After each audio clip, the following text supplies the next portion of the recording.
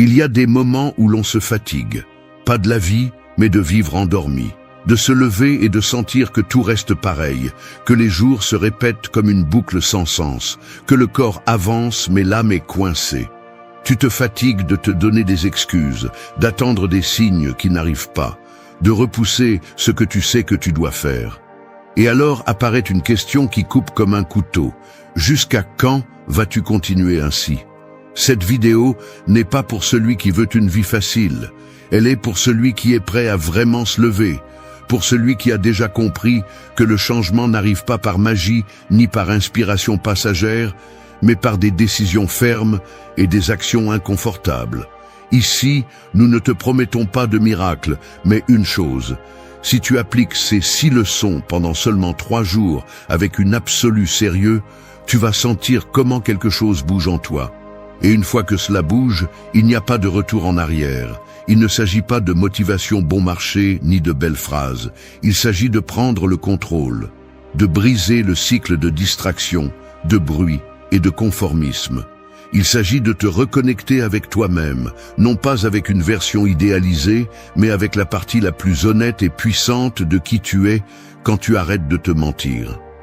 Au cours des prochaines minutes, je vais te donner 6 habitudes inspirées de la philosophie stoïcienne, mais ramenées à la terre, pratiques, réelles, applicables, parce que tu n'as pas besoin d'une nouvelle vie, tu as besoin d'une nouvelle attitude. Et cette attitude commence quand tu arrêtes de négocier avec toi-même et fais ce que tu sais que tu dois faire. Pas demain, pas quand tu te sens prêt. Maintenant, prépare-toi. Ce ne sera pas confortable. Mais si tu es prêt à être inconfortable pendant 3 jours, tu pourrais réveiller une force qui dort en toi depuis des années. 1. Que ta journée obéisse à tes décisions, pas à tes distractions. Ta vie est comme un cheval sauvage. Tu peux le monter ou le laisser te traîner.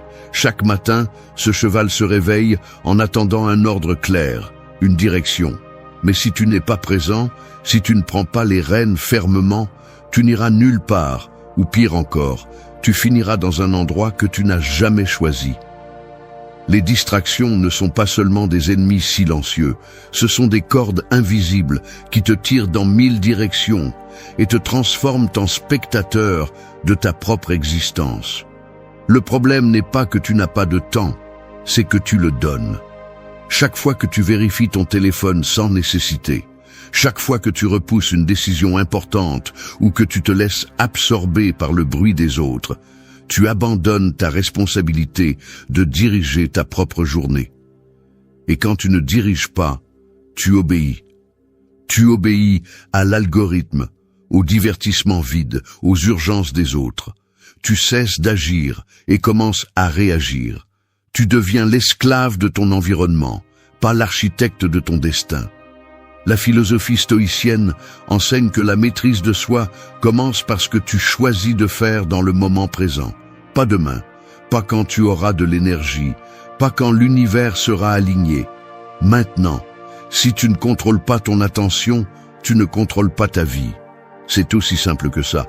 Peu importe ton talent, si tes journées sont détournées par des stimuli qui ne te construisent pas, tu finiras par te sentir vide, frustré et confus. Comme quelqu'un qui marche en rond, les yeux bandés. C'est pourquoi pendant ces 3 jours qui commencent aujourd'hui, ta mission est de prendre des décisions conscientes dès que tu ouvres les yeux. Ne laisse pas la première chose que tu vois être un écran. Ouvre la fenêtre, respire, étire ton corps. Demande-toi, qu'est-ce que je dois faire aujourd'hui pour me rapprocher de la personne que je veux être ? Et ne te mens pas. L'honnêteté envers toi-même va faire mal au début, mais elle va aussi te libérer. Fais une liste claire, courte et concrète, pas plus de 3 choses importantes. Pas des tâches automatiques, mais des actions qui nécessitent une intention. Des choses que tu sais que tu repousses, mais qui te transformeraient si tu les faisais constamment. Et voici le plus important. Transforme-le en loi, pas en désir. Loi. Fais le même si tu n'en as pas envie. Fais le même si tu es fatigué. Fais le même si tu ressens de la résistance. Ce malaise est ton signal que tu fais la bonne chose. Pendant ces 3 jours, priorise l'essentiel et entraîne ton esprit à se concentrer sur une chose à la fois. Chaque fois qu'une distraction apparaît, identifie-la, observe-la et ne lui donne pas de pouvoir. Tu n'es pas un robot programmé pour répondre à chaque notification. Tu n'es pas un esclave de l'urgence des autres. Tu es un être humain avec la capacité de choisir. Et si tu ne choisis pas, quelqu'un d'autre le fera pour toi. Termine la journée en évaluant. As-tu eu le contrôle ou le chaos te l'a-t-il arraché? As-tu vécu en pilote automatique ou as-tu été l'auteur de chaque minute? Cette réflexion n'est pas pour te juger, mais pour aiguiser ta conscience. Le stoïcisme ne cherche pas la perfection, il cherche la cohérence. Et la cohérence se construit minute par minute, décision après décision. Un jour ne change pas ta vie, mais change ta direction. Et 3 jours peuvent suffire pour te rappeler que le pouvoir a toujours été en toi. Tu l'avais juste oublié. Que ta journée obéisse à tes décisions. Que ton attention soit sacrée. Que chaque action, aussi petite soit-elle, soit alignée avec la vie que tu veux construire. Parce que si tu ne diriges pas, le chaos dirige. Et tu n'es pas né pour obéir au chaos. Tu es né pour te réveiller, pour diriger et pour arrêter de fuir de toi-même. 2. Débarrasse-toi des déchets de ton environnement et tu verras comment ton esprit s'organise. Ton esprit est comme une pièce. Si elle est remplie de choses jetées partout, avec des vêtements sales sur le sol, des assiettes empilées et des fenêtres fermées, il est impossible de trouver de la clarté. Chaque fois que tu essaies de penser, tu te heurtes au désordre. Chaque fois que tu essaies d'avancer, tu trébuches sur ce que tu n'as pas nettoyé. C'est aussi ainsi que fonctionne ton environnement. Ce n'est pas seulement un espace physique, c'est une extension de ton état interne. Et si tu veux transformer ta vie en 3 jours, commence par balayer ce qui gêne à l'extérieur pour libérer ce qui est piégé à l'intérieur. Il ne s'agit pas de perfection ou de rendre tout minimaliste par mode. Il s'agit de respect. Parce que lorsque tu vis entouré de chaos, ton esprit s'entraîne à fonctionner en mode survie. Tout semble urgent, tout semble accablant, rien ne semble clair. L'environnement te crie constamment et tu t'habitues à vivre dans ce bruit. Mais tu n'es pas conçu pour cela. Tu es conçu pour créer, pour te concentrer, pour respirer calmement. Et cela ne se produit que lorsque tu nettoies ton espace, comme si tu allais construire quelque chose de sacré. Fais un nettoyage radical. Parcours ta chambre, ton bureau, ton téléphone portable, ta cuisine. Demande-toi sans filtre, qu'est-ce qui me draine de l'énergie? Qu'est-ce qui me rappelle une ancienne version de moi que je ne veux plus porter? La tasse cassée que tu n'as jamais réparée, le tiroir plein de choses que tu n'utilises pas, les notifications que tu ne cesses jamais de voir, les objets qui ne t'inspirent pas. Tout cela n'est pas inoffensif. Tout cela est un déchet symbolique qui occupe de l'espace que tu pourrais utiliser pour ce qui compte vraiment. Et cela s'applique aussi aux personnes et aux conversations. Avec qui parles-tu tous les jours? Te pousse-t-il vers ta meilleure version ou te traîne-t-il dans le drame constant, le jugement, la plainte? Parfois, tu es entouré de tant de bruit humain que tu ne te rends pas compte que tu ne penses plus par toi-même. Tu réagis seulement à l'environnement. Tu ne peux pas transformer ton esprit si tu continues à l'intoxiquer avec les mêmes dynamiques toxiques que toujours. Il y a des gens qui veulent te voir bien, mais pas mieux qu'eux. Et si tu ne filtres pas cela, tu stagnes. Pendant ces 3 jours, fais de la place, littéralement et symboliquement. Débarrasse-toi de tout ce que tu n'utilises pas, élimine les conversations inutiles, mets en sourdine les notifications, jette les vieux papiers, nettoie tes vêtements, range ton lit, respire dans un endroit dégagé. Au début, cela semblera insignifiant, mais tu verras comment, en le faisant, ton esprit se calme également. L'ordre extérieur est un miroir de l'ordre intérieur. Il ne s'agit pas de vivre comme un moine, il s'agit de prendre le contrôle de ce que tu peux contrôler. Et ton environnement est l'un de ces champs de bataille que tu as ignorés pendant longtemps. Sois brutalement honnête avec toi-même. Qu'est-ce que tu accumules par peur, par habitude, par incapacité à lâcher prise? Parce que le problème n'est pas le désordre physique en soi, mais ce qu'il représente. Procrastination, attachement, déni, déconnexion. Chaque objet hors de sa place est une décision non prise. et chaque décision non prise est une chaîne de plus qui t'éloigne de ta liberté. Le stoïcisme enseigne que l'on doit se concentrer sur l'essentiel, sur ce qui élève, pas sur ce qui distrait, sur ce qui libère, pas sur ce qui orne. Tu ne peux pas vivre une vie puissante si tu t'entoures de choses inutiles. Tu ne peux pas prendre des décisions importantes si tu vis au milieu d'un environnement saturé d'énergie stagnante. Le guerrier ne commence pas la bataille avec un champ plein d'obstacles. Il le nettoie, le prépare, l'honore. Aujourd'hui, nettoie ton espace comme si tu te préparais à renaître. Fais-le avec discipline, sans hâte, mais sans excuse. Et pendant que tu nettoies, laisse ton esprit aussi lâcher ce qu'il n'a plus besoin de porter. Parce que lorsque l'espace respire, tu respires aussi. Et quand tu respires clairement, tu prends de meilleures décisions. Ne sous-estime pas le pouvoir de sortir les ordures. C'est l'un des actes les plus révolutionnaires que tu peux faire lorsque tu es prêt à prendre au sérieux ta transformation. 3. Vide le bruit sur papier avant qu'il ne t'empoisonne de l'intérieur. Ton esprit est comme un verre d'eau claire que quelqu'un a laissé sous la pluie. Jour après jour, il se remplit, non pas de ce que tu as choisi, mais de ce qui tombe sans permission. Les soucis des autres, les pensées répétitives, les peurs déguisées en logique, les promesses non tenues et les mots jamais prononcés. Il arrive un moment où le verre ne peut plus rien contenir. Il déborde, et tout ce qui sort est de l'anxiété, de la fatigue, de la confusion ou une mauvaise humeur sans explication. Tu n'es pas brisé, tu es saturé, et ce qui n'est pas exprimé pourrit de l'intérieur. C'est pourquoi écrire n'est pas un luxe, c'est une nécessité. Non pas comme une thérapie bon marché ou comme un art décoratif, mais comme un outil de survie. Écrire, c'est ouvrir une issue au chaos pour qu'il ne te détruise pas de l'intérieur. C'est vider le bruit accumulé pour que tu puisses à nouveau t'écouter. Parce que quand tout tourne dans ta tête, tu ne peux pas penser clairement. Tu ne peux pas agir avec fermeté. Tu ne peux pas décider librement. Tu es prisonnier de tes propres pensées non filtrées. Il n'est pas nécessaire que tu saches rédiger joliment ou que tu aies beaucoup de temps libre. Tu as juste besoin d'un cahier, d'un stylo et du courage d'affronter ce que tu portes sans t'en rendre compte. Au réveil, avant de vérifier ton téléphone, assieds-toi pendant 5 minutes et écris sans filtre ce que tu as en tête. Peu importe si cela a du sens ou non. Peu importe si c'est répétitif. Ce qui compte, c'est de le lâcher. Passer de la pensée au papier pour l'extraire de ton système. Cette action si simple peut changer tout le ton de ta journée.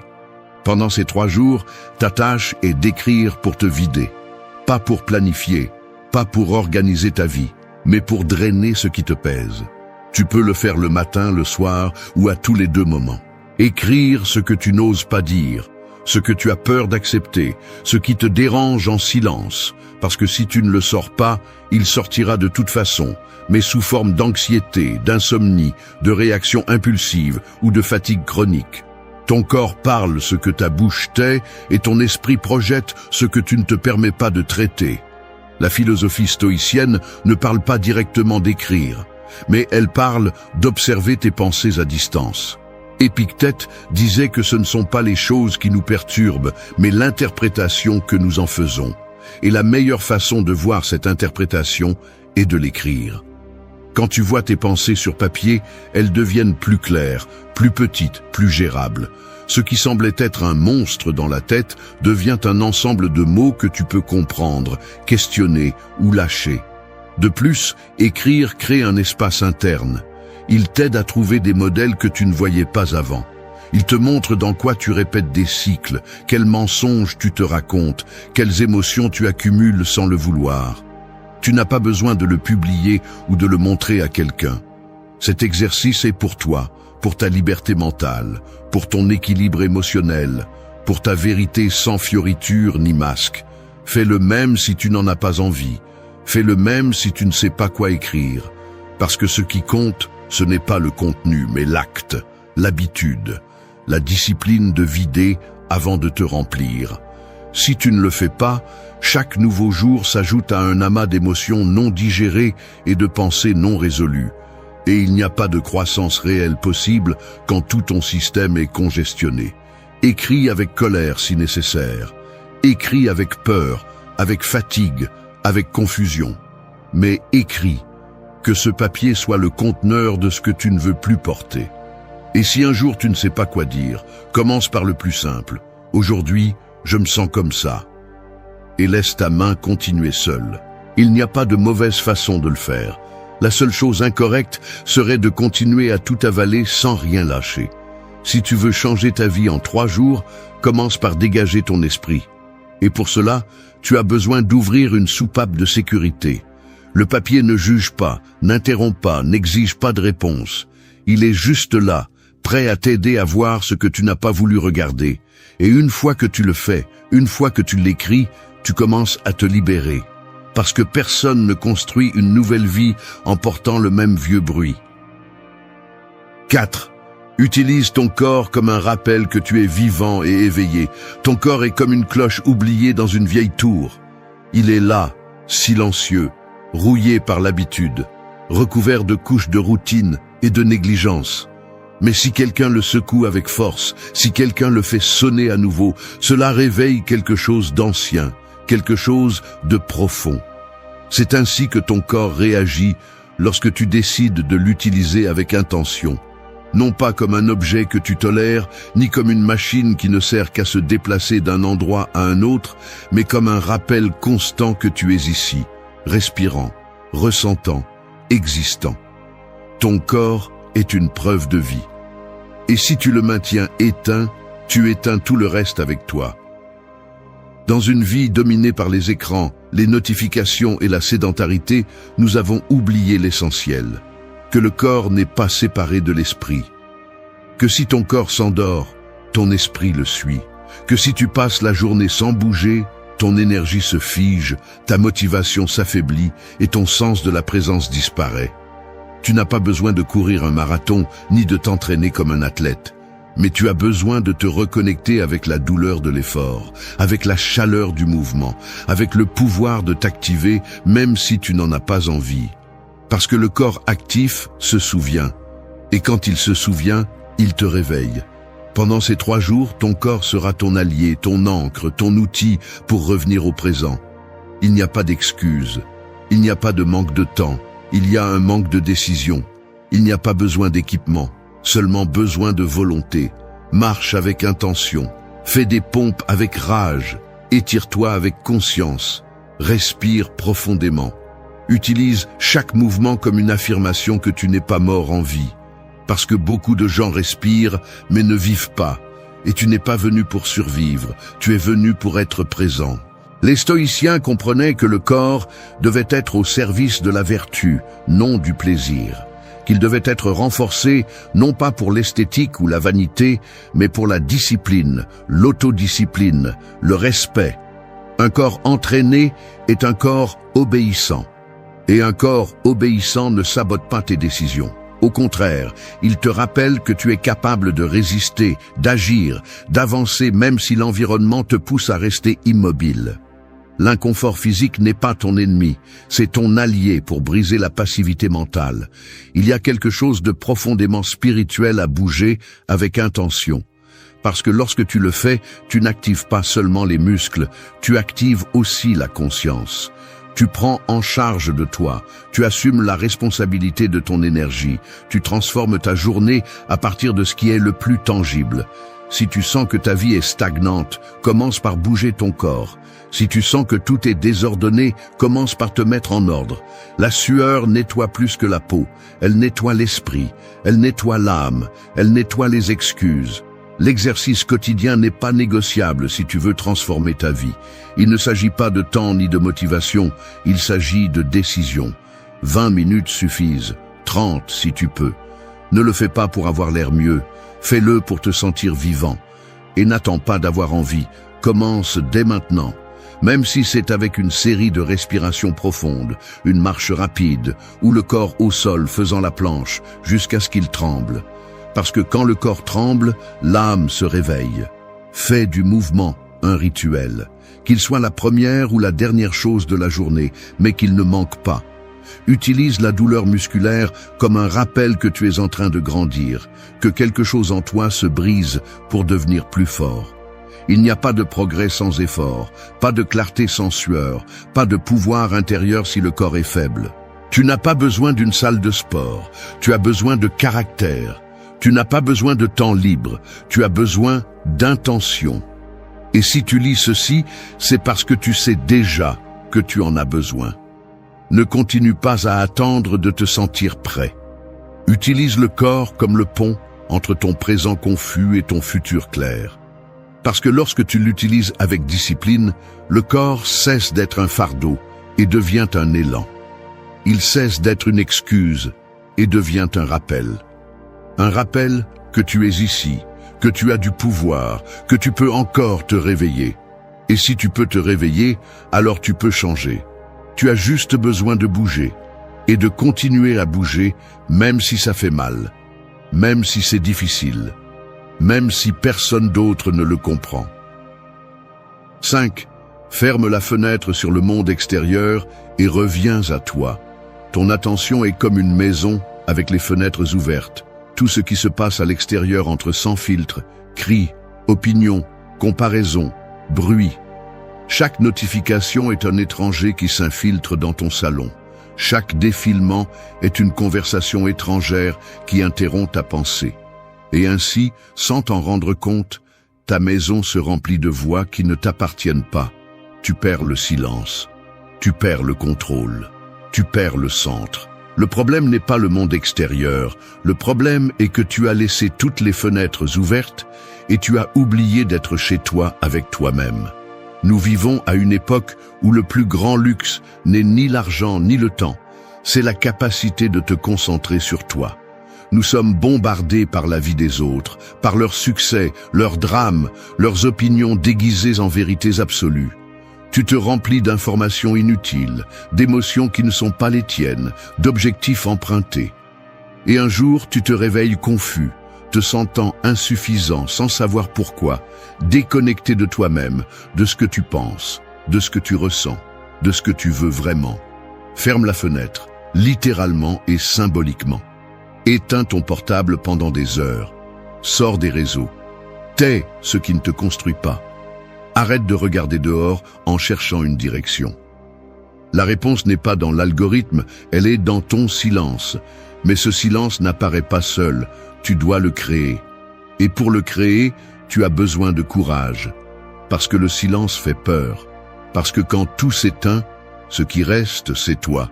Et cela peut être inconfortable si tu as passé trop de temps sans te parler vraiment. Pendant ces 3 jours, ta pratique sera de t'isoler du bruit pour t'écouter à nouveau. Tu n'as pas besoin de t'enfuir dans la forêt ou de devenir un ermite. Tu as juste besoin de petites décisions conscientes. À quelle heure vas-tu te déconnecter complètement? Qu'est-ce que tu vas arrêter de consommer? Quelle conversation vas-tu éviter?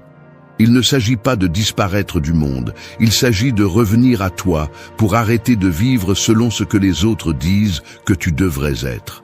Parce que chaque fois que tu choisis de voir ce que font les autres au lieu de te demander ce que tu veux, tu t'affaiblis, tu te disperses, tu te perds.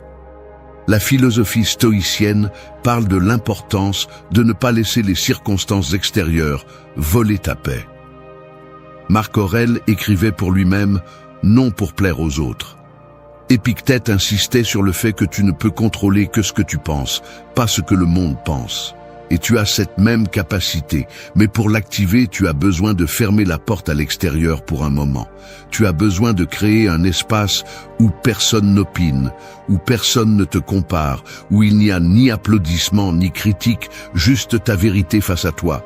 Utilise cet isolement comme une force, non pas comme une fuite, mais comme un acte de souveraineté personnelle. Tu n'as pas besoin de l'expliquer ni de le justifier. Le temps avec toi n'est pas de l'égoïsme, c'est de la reconstruction. C'est regarder à l'intérieur et te dire la vérité sans filtre. Qu'est-ce que tu fais de ta vie? Qu'est-ce que tu évites d'affronter? Quelle partie de toi ignores-tu en étant distrait par le monde extérieur? Ces questions ne sont pas confortables, mais elles sont nécessaires, et elles ne peuvent être répondues que dans le silence. Éteins le bruit pour allumer la clarté. Et si tu as du mal, souviens-toi de ceci. Chaque fois que tu choisis de te déconnecter du monde pendant quelques heures, tu entraînes ton esprit à vivre sans l'addiction à l'extérieur. Tu brises la dépendance à la stimulation constante. Tu construis du pouvoir intérieur. Et le pouvoir intérieur se remarque dans ton regard, dans ta présence, dans tes décisions. Parce que celui qui se connaît et se respecte n'a pas besoin de validation. Fais de cette habitude une discipline quotidienne. Non pas comme une punition, mais comme un cadeau. Un cadeau de présence, de conscience, de vérité. Parce que si tu ne te donnes pas un espace pour t'écouter, personne d'autre ne le fera pour toi. Le monde continuera à crier. Mais tu peux choisir le silence. Et dans ce silence, te retrouver. Parce qu'il n'y a pas de transformation sans connexion avec toi, et il n'y a pas de connexion possible si tu vis avec les fenêtres ouvertes toute la journée. Ferme, respire, reste avec toi, et à partir de là, prends le contrôle. 6. Respire avec la terre, pas avec les notifications. Ta respiration est comme une racine enfouie sous des couches de béton. Elle est là, attendant ton retour, mais tu l'as recouverte de fausses urgences, d'anxiété programmée, du bruit constant d'un monde qui exige ta disponibilité à chaque seconde. Tu ne respires plus profondément, tu survis à peine, avec de brèves inspirations entre deux distractions. Tu es en vie, mais pas connecté. Tu fonctionnes, mais tu n'es pas présent. Ton corps est à un endroit, ton esprit à 10 autres. Cette déconnexion te coûte ta clarté, ton énergie, ta santé et ta paix. La respiration est la porte la plus directe vers le présent, mais aussi la plus négligée. Parce qu'elle ne brille pas, ne se vante pas, ne se partage pas sur les réseaux. Elle n'est pas spectaculaire, mais elle est essentielle. Et lorsque tu apprends à y revenir, à respirer de nouveau sans précipitation ni stimuli externes, tout change. Ton système nerveux baisse la garde, tes pensées s'alignent, ton énergie se stabilise, tu commences à répondre au lieu de réagir, tu commences à être, pas seulement à faire, et cela te donne un avantage que peu de gens ont aujourd'hui, la capacité de te maintenir en équilibre au milieu du chaos sans te laisser engloutir par lui. Durant ces 3 jours, ta pratique sera très simple et très puissante. Recommencer à respirer comme si ta vie en dépendait, car c'est effectivement le cas. Cesse de respirer comme si tu allais exploser. Respire comme quelqu'un qui veut retrouver son centre. 3 fois par jour, pendant 3 minutes. Fais-le en pleine conscience. Sans écran, sans musique, sans conversation. Juste toi, l'air qui entre et sort, et la décision de réhabiter ton corps. La philosophie stoïcienne enseigne à ne pas réagir à tout ce qui vient de l'extérieur, à choisir ses batailles, à rester digne même quand le monde s'effondre. Cette maîtrise de soi n'est pas que mentale, elle est aussi physiologique.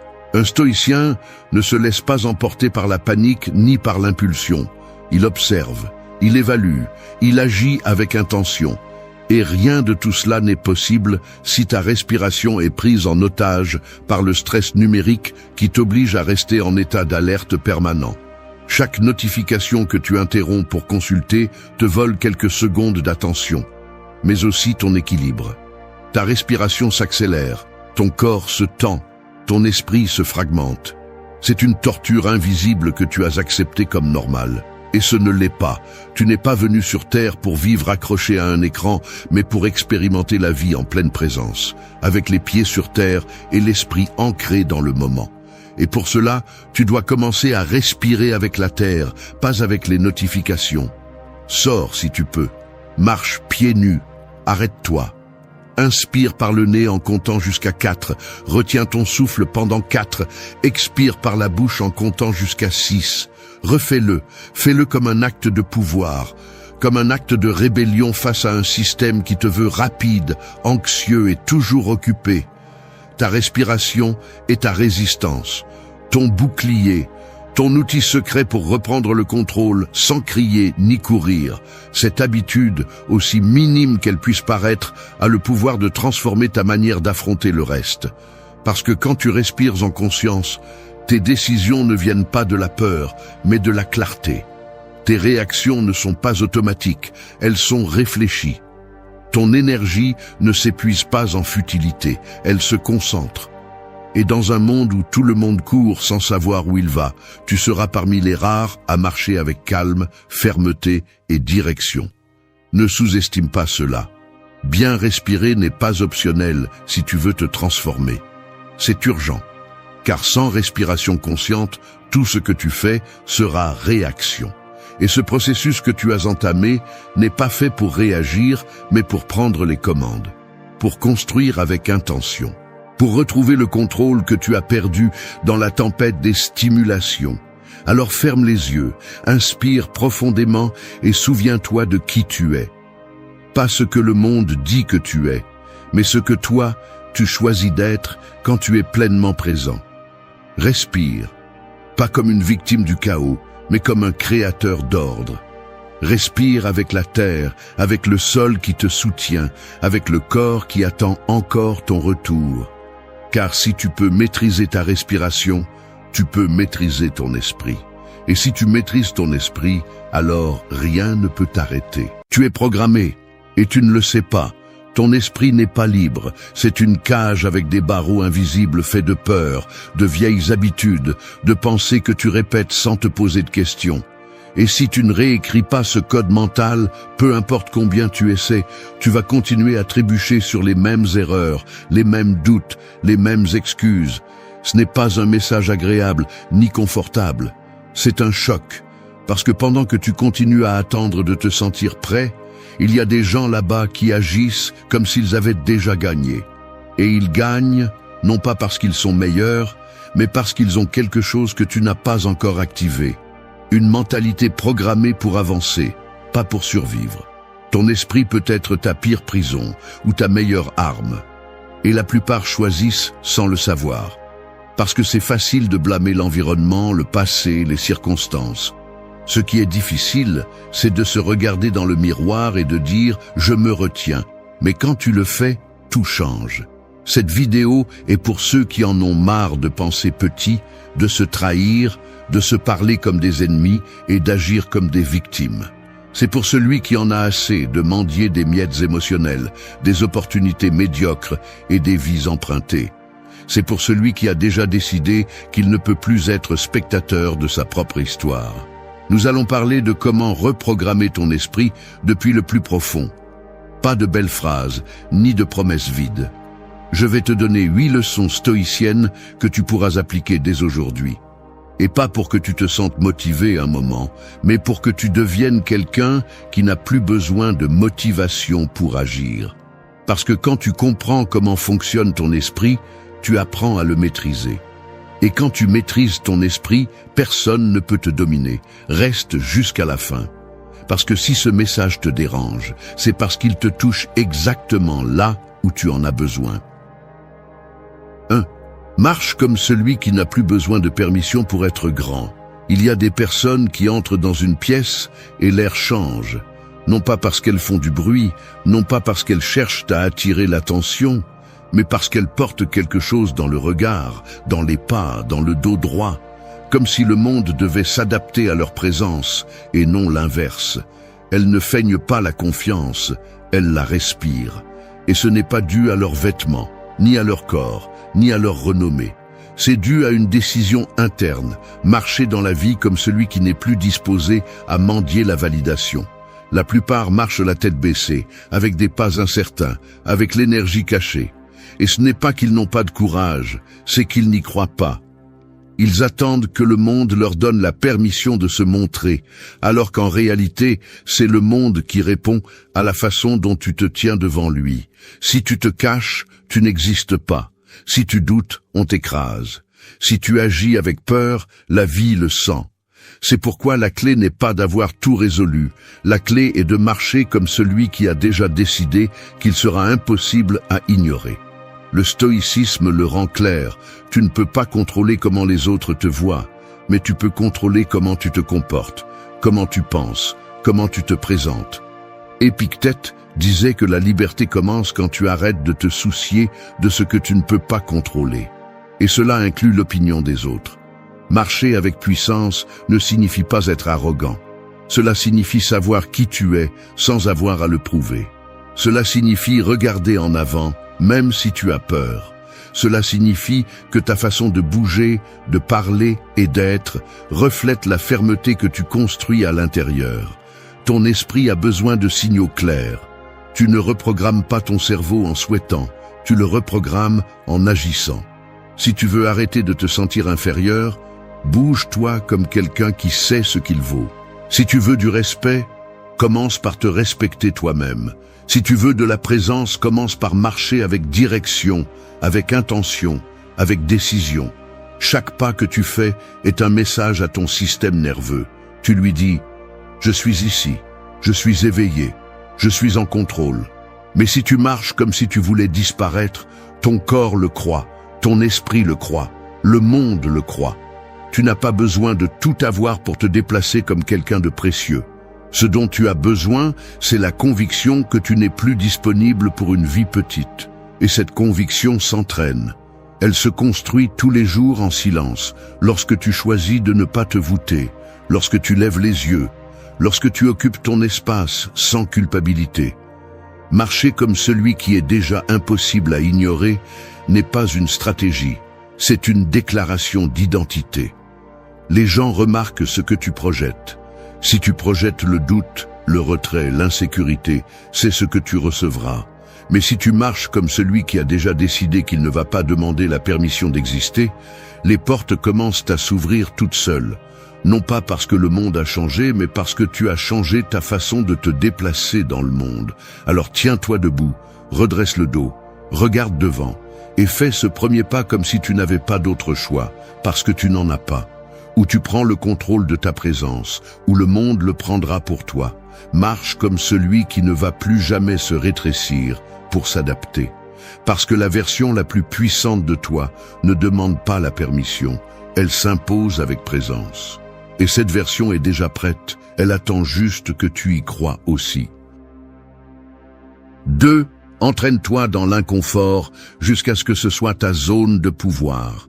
L'esprit est comme une maison abandonnée, pleine de poussière, de toiles d'araignée et de portes rouillées que personne n'ose ouvrir.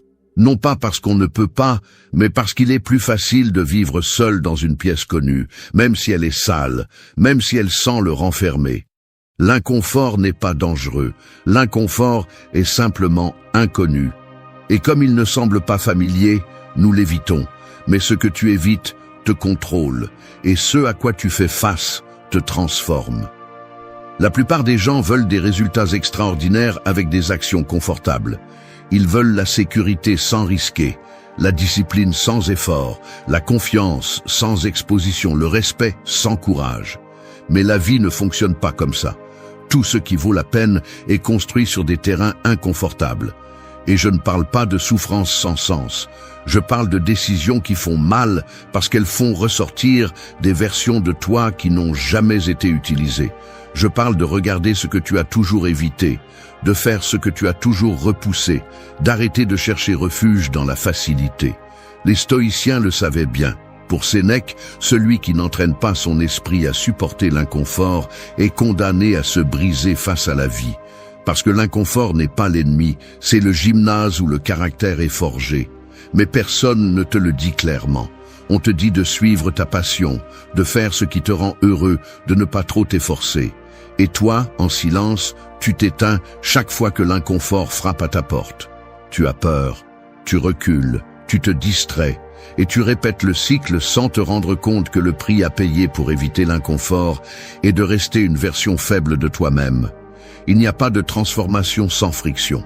Point. Si tu veux reprogrammer ton esprit, tu dois le rééduquer, et cela implique de le déranger. Cela implique de changer les routines, de parler différemment, de bouger différemment, de t'entourer de nouvelles personnes, de déranger tes excuses, de défier tes limites. Et le plus important, c'est de maintenir cet inconfort jusqu'à ce qu'il devienne une partie de toi. Parce que oui, ce qui te fait mal aujourd'hui sera ta nouvelle zone de pouvoir demain. Mais seulement si tu le fais encore et encore, sans chercher de raccourcis, sans chercher de plaisir immédiat, sans chercher la sortie rapide. Au début, ça va faire mal. Tu voudras abandonner. Ton corps va résister, ton esprit va te saboter, et tout en toi va crier pour que tu reviennes à ce que tu connais. C'est normal. C'est l'ancienne programmation qui veut survivre. Mais si tu tiens bon, si tu traverses ce feu sans abandonner, quelque chose change. Ton seuil de résistance s'élargit. Ton esprit s'adapte. L'inconfort devient une partie de ta nature. Et alors ce qui était impensable avant devient le minimum acceptable pour toi. Fais ce qui est inconfortable jusqu'à ce que cela devienne naturel. Lève-toi quand tu n'as pas envie. Dis ce qui te coûte de dire. Affronte la conversation en suspens. Apprends ce que tu as toujours dit que tu ne pouvais pas. Sors de là où tu ne grandis pas. Arrête de faire ce qui t'éteint. Nourris-toi de ce qui t'élève. Regarde en face ce qui te fait le plus peur. Pas une fois. Tous les jours, chaque fois que tu choisis le difficile plutôt que le confortable, tu reconstruis ton esprit. Tu programmes un nouveau système d'exploitation interne qui ne fonctionne plus avec la peur, mais avec le pouvoir. Parce que l'inconfort est le filtre qui sépare celui qui souhaite simplement changer de celui qui est prêt à payer le prix. Et c'est toi qui décides de quel côté tu veux être. 3. Protège ton énergie comme un gardien protège son temple. Ton énergie est comme une rivière. Elle naît en toi avec force, avec intention, avec but. Mais si tu ne prends pas soin de son cours, elle déborde. Elle se perd dans des flaques stagnantes, dans des terres sèches qui ne donnent rien en retour, dans des personnes qui ne s'aiment pas, qui consomment seulement. Et le pire, c'est que souvent tu ouvres toi-même les canaux pour que cette énergie se déverse là où elle ne devrait pas, par besoin d'approbation, par peur du conflit, par cette habitude inconsciente de vouloir être là pour tout le monde, même si cela te coûte d'être là pour toi. Nous avons tous une limite invisible. Quand nous la franchissons, quelque chose en nous commence à s'épuiser. Nous ne pensons plus clairement, nous ne ressentons plus avec intensité, nous n'agissons plus avec intention. Parce que nous sommes vides.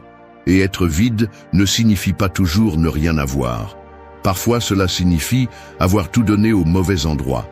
Tu l'as donné à celui qui ne te respectait pas. Tu l'as investi dans des conversations qui t'épuisaient. Tu l'as offert dans des situations où tout ce que tu recevais était confusion, épuisement ou indifférence. Et tu ne t'en es pas rendu compte jusqu'à ce que tu sois déjà brisé de l'intérieur. Le stoïcisme enseigne que le plus grand pouvoir réside dans ce que tu décides de ne pas faire. Ne pas réagir, ne pas répondre, ne pas investir ton énergie dans ce qui ne dépend pas de toi. Marc Aurèle le disait sans détour, si quelque chose n'est pas utile pour toi, éloigne-toi. Non pas par froideur, mais par sagesse, parce que chaque fois que tu donnes ton attention à ce qui ne la mérite pas, tu abandonnes ta mission. Et celui qui abandonne sa mission pour plaire aux autres finit par se perdre lui-même. L'énergie n'est pas infinie. C'est une ressource précieuse. Si tu n'apprends pas à la diriger avec intention, d'autres l'utiliseront pour toi. Et ils le feront sans précaution. Ils t'utiliseront comme soupape de sécurité, comme béquille émotionnelle, comme conteneur de leur vide. Et si tu ne mets pas de limite, ils reviendront chaque fois qu'ils auront besoin de décharger ce qu'ils ne sont même pas prêts à traiter eux-mêmes. Ce n'est pas ta responsabilité de guérir celui qui ne veut pas changer. Ce n'est pas ton devoir de porter ce qui ne te revient pas. Ton énergie est à toi. Ta paix aussi. Il est temps de faire un nettoyage brutal. Quelle personne, espace ou habitude draine ta force? À quoi dis-tu oui par peur de déranger? Où laisses-tu ta présence devenir quelque chose de commun, quelque chose que n'importe qui peut prendre sans rien rendre? Il ne s'agit pas d'être égoïste, il s'agit d'être conscient. Parce que quand tu sais ce que tu vaux, tu ne t'exposes pas à n'importe quoi. Tu ne partages pas ton esprit avec n'importe qui. Tu n'ouvres pas ton cœur comme s'il n'avait pas de porte. Tu ne réponds pas à chaque message, tu n'acceptes pas chaque invitation, tu ne sauves pas celui qui ne veut pas sortir du puits. Si tu veux reprogrammer ton esprit, commence par récupérer ton énergie. Redirige-la vers ce qui t'élargit, vers le projet que tu continues de repousser, vers la conversation qui peut te libérer, vers l'entraînement qui te renforce, vers le silence qui t'ordonne de l'intérieur. Chaque fois que tu choisis où ne pas être, tu réaffirmes où tu veux être. Et cela change tout. Ton énergie n'est pas faite pour être dépensée, elle est faite pour être investie. Et celui qui te valorise vraiment ne te demande pas plus que ce que tu peux donner, il t'encourage à être plus que ce que tu croyais possible. N'oublie pas ceci, si tu ne protèges pas ton énergie, personne d'autre ne le fera. 4. Utilise ta voix intérieure comme un bouclier, pas comme une punition. Si ton esprit était une pièce fermée et sombre, ta voix intérieure serait la seule lampe de poche qui éclaire le chemin. Mais beaucoup marchent avec cette lampe de poche cassée, éteinte ou pire encore, pointée vers leurs propres erreurs, comme si elles étaient des crimes impardonnables. Tu n'as pas besoin d'ennemis quand tu en as un en toi qui te parle comme si tu étais ta plus grande déception. Et le pire, c'est que tu le fais normalement, par habitude, comme si cette façon de te parler faisait partie de ton identité. Tu défends ceux que tu aimes avec des griffes, avec du feu, avec des mots qui guérissent. Si quelqu'un ose toucher une personne qui t'est chère, tu réagis avec force, avec clarté, avec courage. Tu ne le permets pas. Mais quand il s'agit de toi, tu es capable de te détruire avec une pensée, avec une phrase que personne d'autre n'entend, avec ce jugement silencieux que tu répètes tous les jours comme si c'était la vérité. Tu te traites de faible, de paresseux, d'insuffisant, de ridicule. Et tu le fais sans hésiter, sans pause, sans conscience, comme si tu méritais de te traiter ainsi. Le stoïcisme ne parle pas d'estime de soi à partir de l'ego.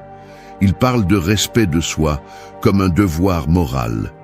Épictète disait qu'il n'est pas sage, celui qui se méprise à l'intérieur tout en feignant le calme à l'extérieur. Si tu veux reprogrammer ton esprit, tu ne peux pas continuer à te parler comme un ennemi.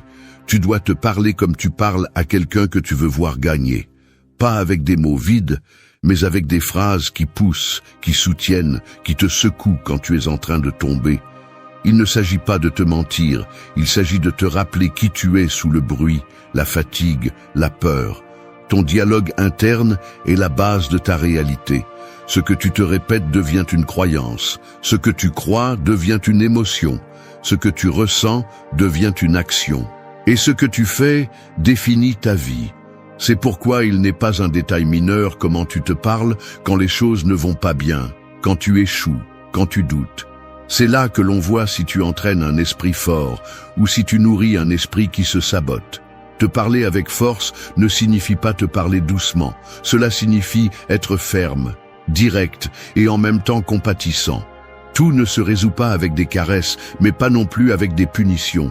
L'équilibre est de te rappeler que tu peux plus, que tu n'es pas ton pire jour, que ce qui fait mal aujourd'hui te formera demain, que même si tu es tombé, tu es toujours en charge. Et cela, personne ne peut te l'enlever, à moins que tu ne le donnes. Se reprogrammer commence par le langage. Chaque mot que tu choisis est un ordre pour ton système nerveux. Si tu te dis que tu ne peux pas, ton corps se rétracte. Si tu te dis que tu es lent, tu te déplaceras avec insécurité. Si tu te répètes que tu échoues toujours, ton esprit cherchera des preuves pour le prouver. Mais si tu parles avec direction, avec intention, avec un mélange de réalité et de vision, tout change. Parce qu'alors tu ne réagis pas simplement, tu guides ton processus. Ton esprit a besoin d'une voix qui ne renonce pas quand tout semble être contre toi. Cette voix doit être la tienne. Tu ne peux pas attendre que le monde te relève si tu n'es pas prêt à te relever avec des mots qui ont du poids. Parle-toi comme quelqu'un qui mérite le respect, non pas parce que tout lui réussit, mais parce qu'il fait le travail de se reconstruire avec vérité. Et c'est la chose la plus digne que puisse faire tout être humain. 5. Sois fidèle à ta parole même quand personne ne te regarde. Ta parole est comme une épée forgée à feu doux. Chaque fois que tu la respectes, tu l'aiguises. Chaque fois que tu la brises, elle rouille. Et même si personne d'autre ne l'entend, tu la portes à la main tous les jours. Parce que ce que tu dis que tu feras, même si tu le dis en silence, est une promesse que tu te fais à toi-même. Et si tu ne peux pas faire confiance à tes propres promesses, sur quelle base vas-tu construire ta vie? Il est facile d'être cohérent quand il y a des témoins, quand quelqu'un te regarde, quand il y a une reconnaissance en jeu. Mais c'est là que le caractère se forge, là où l'image est simplement maintenue. Le véritable entraînement est quand il n'y a pas de public, quand personne ne te demande rien, quand tu pourrais rester immobile et personne ne le remarquerait. Ce que tu fais dans ces moments définit qui tu es. Parce que l'être humain n'est pas ce qu'il semble être aux yeux des autres, c'est ce qu'il soutient quand personne ne le voit. L'esprit n'oublie pas quand tu manques à ta parole. Chaque excuse que tu inventes, chaque promesse que tu repousses, chaque intention que tu abandonnes, laisse une fissure dans ta confiance intérieure. Et peu importe combien tu sembles sûr de toi à l'extérieur, si à l'intérieur tu sais que tu ne tiens même pas tes promesses envers toi-même, alors tu construis sur un terrain instable. Le respect de soi naît de la cohérence. Et la cohérence se construit en étant fidèle, non seulement aux autres, mais surtout à soi-même. Les stoïciens étaient obsédés par l'intégrité. Marc Aurèle n'écrivait pas pour les autres, il écrivait pour se rappeler à lui-même ce qu'il devait soutenir. Il n'avait pas besoin d'une scène, il avait besoin de discipline. Parce que l'âme se renforce lorsque ton comportement reflète tes valeurs, même quand personne ne t'applaudit, même quand tout serait plus facile si tu abandonnais. C'est là que se forme le caractère invincible. Pas dans la motivation, mais dans la fidélité intérieure. Ta parole est loi, ou elle ne vaut rien. Si tu dis que tu vas t'entraîner, entraîne-toi. Si tu dis que tu vas changer une habitude, commence aujourd'hui. Si tu décides que tu vas arrêter de te justifier, tais-toi et fais ce que tu as dit. Tu n'as pas besoin de l'annoncer au monde, tu as besoin de le soutenir en toi. C'est la véritable force, être cohérent dans l'ombre, être discipliné en privé, être inébranlable dans l'invisible. Parce que quand cela devient naturel, alors l'extérieur cesse d'avoir du pouvoir sur toi. Je ne te parle pas de rigidité, je te parle de respect, de te regarder dans les yeux dans le miroir et de savoir que tu ne te mens pas, que tu n'as pas besoin de promettre pour te sentir important, mais de décider en silence et de tenir en silence. Parce que celui qui maîtrise sa parole maîtrise son chemin. Et celui qui se trahit avec des excuses finit par devenir quelqu'un qui ne se prend même plus au sérieux. Tenir ta parole quand personne ne te regarde est l'un des actes les plus radicaux de pouvoir personnel. Parce que tu le fais par conviction, pas par pression.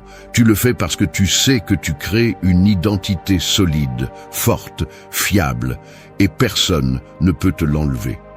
Alors, à partir de maintenant, avant de parler, pense si tu es prêt à soutenir ce que tu dis.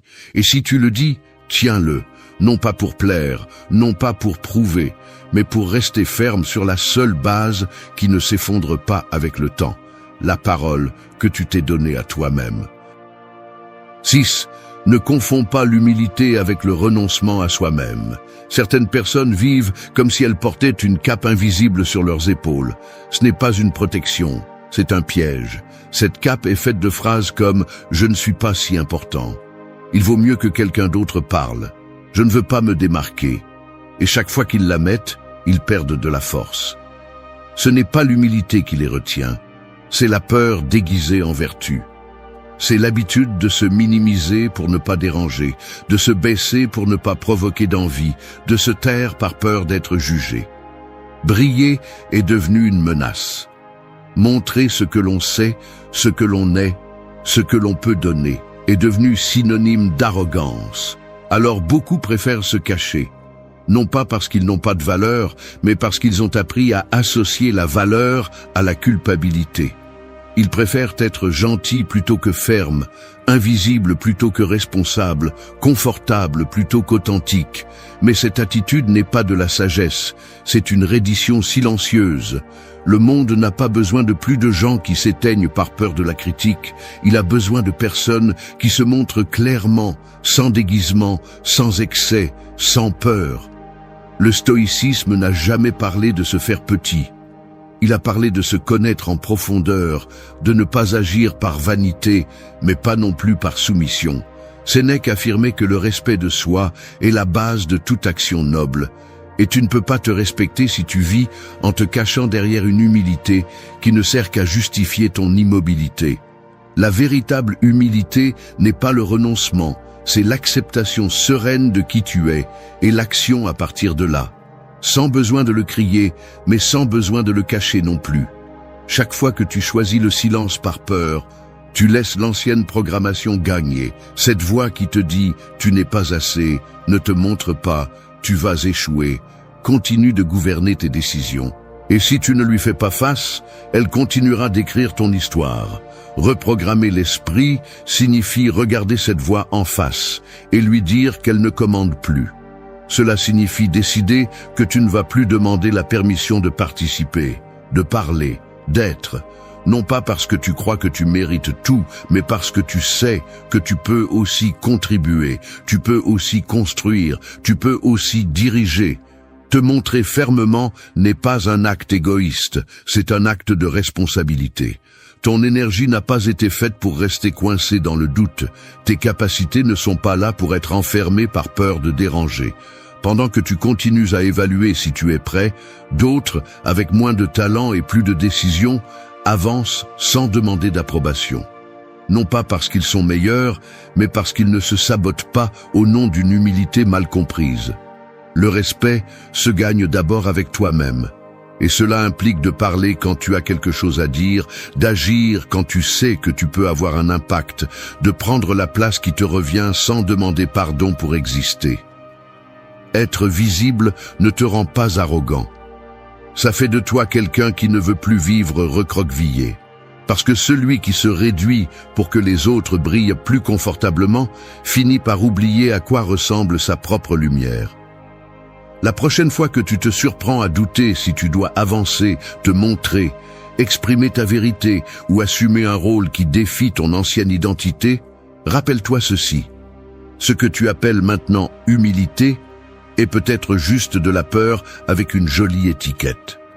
Et ton potentiel mérite quelque chose de plus honnête que ça. 7. Forge ton caractère à chaque coup, pas dans le confort. La douleur n'arrive pas pour te détruire, elle arrive pour te montrer ce que tu ne maîtrises pas encore. Chaque coup est un signal, pas une punition. Un test qui révèle si ton esprit est prêt à résister ou s'il réagit encore comme quelqu'un qui n'a pas assez entraîné. Parce que dans la vie, on ne contrôle pas tout, mais on choisit comment on y fait face.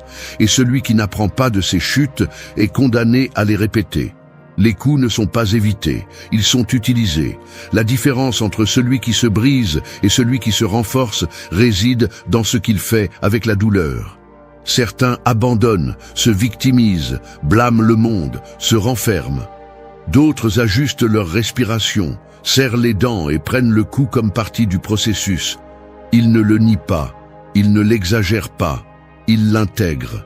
Ils en font partie de leur entraînement mental et émotionnel. Et chaque fois qu'ils le font, quelque chose en eux devient plus résistant, plus lucide, plus imparable. Le stoïcisme ne romantise pas la souffrance, il la met à sa place. Épictète, qui fut esclave puis maître, n'a pas demandé une vie facile, il a demandé la force de faire face à la difficulté, parce qu'il comprenait que les coups ne peuvent pas être évités, mais on peut décider quelle signification leur donner. Un coup n'est pas un échec si tu l'utilises pour grandir. Un coup n'est pas une défaite si cela te force à regarder ce que tu avais ignoré. Un coup n'est pas une perte si cela te restructure de l'intérieur. La plupart veulent avancer sans être dérangés. Mais avancer vraiment implique de traverser des moments qui font mal, qui brisent les routines, qui secouent les croyances. Si chaque fois que la vie te secoue, tu te brises, tu ne grandis pas, tu survis. Et vivre en mode survie n'est pas vivre, c'est résister sans but. C'est pourquoi le vrai changement commence lorsque tu arrêtes de te demander pourquoi cela m'est-il arrivé et que tu commences à te demander qu'est-ce que cela m'enseigne que je ne veux pas encore voir. Chaque obstacle apporte une leçon. Le rejet t'apprend à te valider sans dépendre des autres. La perte t'apprend à lâcher prise sans te briser. La trahison t'apprend à poser des limites sans durcir le cœur. L'échec t'oblige à revoir ta stratégie, ton approche, ton engagement. Tout est utile si tu sais le lire. Tout s'additionne si tu choisis de l'utiliser. Mais pour cela, il faut une discipline mentale, pas seulement des émotions fortes. Il faut du calme au milieu de l'impact, de la clarté quand tout tremble, de la fermeté au milieu du chaos. Transformer les coups en entraînement est une pratique quotidienne. Il ne s'agit pas de résister à tout en serrant les dents, il s'agit d'utiliser chaque impact comme une répétition supplémentaire dans la salle de sport du caractère. Tout comme le muscle se renforce avec la tension et la résistance, l'esprit se renforce avec la difficulté soutenue. Chaque expérience inconfortable que tu choisis d'affronter consciemment devient une pièce supplémentaire de ton armure interne. Tu n'es pas sur ce chemin pour qu'on t'applaudisse, tu es là pour te maîtriser. Et te maîtriser implique de savoir recevoir les coups sans te retourner contre toi-même, sans te noyer dans le ressentiment, sans te paralyser par ce qui n'a pas tourné comme tu l'espérais. La vie te forme, elle ne te punit pas. La douleur n'est pas une erreur du système, elle fait partie de la méthode. Alors la prochaine fois que tu sens que tout te frappe, ne cherche pas la protection, cherche le but. Demande-toi quelle version de toi a besoin de sortir, quelle partie de ton caractère est en train d'être forgée, quelle décision tu es prêt à prendre. Parce que quand tu utilises le coup comme entraînement, tu n'as plus besoin de chance, tu as besoin de concentration. Et avec ça, rien ni personne ne peut t'arrêter. 8. Agis comme celui qui a déjà décidé de se transformer. Celui qui attend le moment parfait ne commence jamais. Celui qui doute éternellement reste sur la même rive. La transformation n'arrive pas avec le temps, elle arrive avec la décision. Ce n'est pas un processus lent et passif, c'est un choix ferme, conscient, soutenu. Et ce choix se fait en silence, sans témoin, sans cérémonie. Il se fait lorsque tu arrêtes de parler de changement et commences à les incarner. Lorsque tu passes de la réflexion sur comment serait ta vie différente à la construction de celle-ci avec tes actes, sans permission, sans report. Le monde est plein de personnes qui veulent changer, mais très peu sont prêtes à agir comme si elles l'avaient déjà fait. Et c'est là la clé. Parce que ton esprit, ton corps, ton environnement répondent à ce que tu fais, pas à ce que tu rêves. Si tu continues à agir comme la version que tu essaies de laisser derrière toi, tu ne deviendras jamais quelqu'un de nouveau. Pour te reprogrammer, tu as d'abord besoin de bouger comme si tu l'avais déjà accompli, même si tu ne le sens pas, même si tu n'as pas de résultat, même si tout en toi crie que tu n'es pas prêt. Marc Aurèle ne s'asseyait pas à attendre l'inspiration. Il écrivait tous les jours des rappels pour ne pas se trahir, pour agir avec vertu, pour rester ferme. Parce qu'il savait qu'il n'y a pas de transformation sans action.